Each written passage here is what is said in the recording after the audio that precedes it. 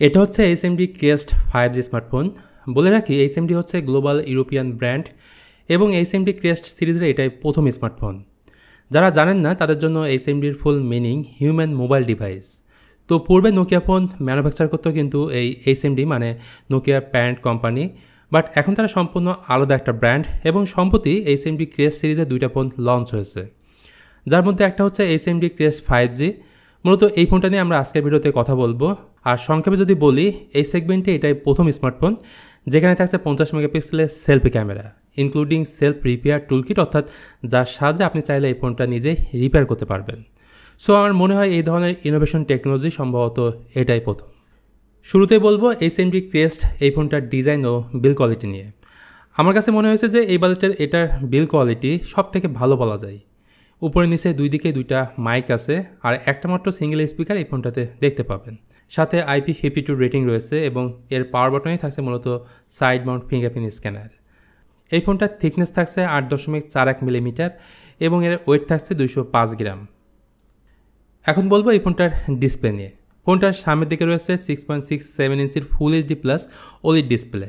In fact সিনো bezel অনেক পাতলা করা হয়েছে, so screen to body ratio একদম মিনিমাল বলা যায়। আর কন্টেন্ট দেখার ক্ষেত্রে বাড়তে সুবিধা পাওয়া যাবে এই ধরনের ডিসপ্লেতে। এমনকি ইউটিউবে আপনি 4K ভিডিও প্লে করতে পারবেন। এছাড়া 90 হার্জের রিফ্রেশ রেট রয়েছে। ফোনটার ব্রাইটনেস যথেষ্ট ভালো, 819 হচ্ছে এর পিক ব্রাইটনেস।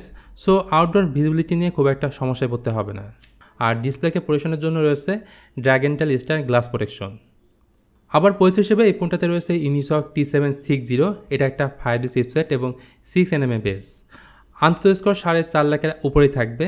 একটা ভেরিয়েন্টে ফোনটা লঞ্চ হয়েছে 6GB র্যাম এবং 128GB স্টোরেজ। র্যামের টাইপ হচ্ছে LPDDR4X এবং স্টোরেজ টাইপ হচ্ছে UFS 2.2। গেমিংয়ের কথায় আসলে BGMI smooth graphics ultra frame রেটে খেলতে পারবেন। Call of duty medium graphics high frame রেটে খেলতে পারবেন। তারপরে বলবো এটা গেমিং ওরিয়েন্টেড কোনো স্মার্টফোন না। ডে টু ডে পারফরমেন্স এই ফোনটা থেকে ভালো পাবেন। স্মার্টফোনটা রান করছে stock Android based on Android 14-এ। আর ফোনটাতে একটা মেজর অ্যান্ড্রয়েড আপডেট দিবে এবং 2 বছরের সিকিউরিটি আপডেট দিবে। তো এইচএমডি ক্রেস্ট এই ফোনটা কেনার পেছনে অন্যতম প্রধান কারণ হতে পারে ক্যামেরা সেটআপ। ফোনটার সামনের দিকে আছে 50 মেগাপিক্সেলের একটা সেলফি ক্যামেরা, পেছনে আছে 50 মেগাপিক্সেলের প্রাইমারি ক্যামেরা এবং 2 মেগাপিক্সেলের একটা ডেপথ সেন্সর। সর্বোচ্চ 1080p 30fps ভিডিও শ্যুট করতে পারবেন সামনে এবং পেছনে ক্যামেরা দিয়ে। বিশেষ করে যারা টিকটকার বা সেলফি লাভার আছেন, আই থিঙ্ক তাদের জন্য একটা পারফেক্ট ফোন বলা যেতেই পারে। তবে ভিডিওর ক্ষেত্রে স্টেবিলাইজার না থাকায় ভিডিও কোয়ালিটিতে খুব একটা ভালো রেজাল্ট পাবেন না, সেকে আসবে।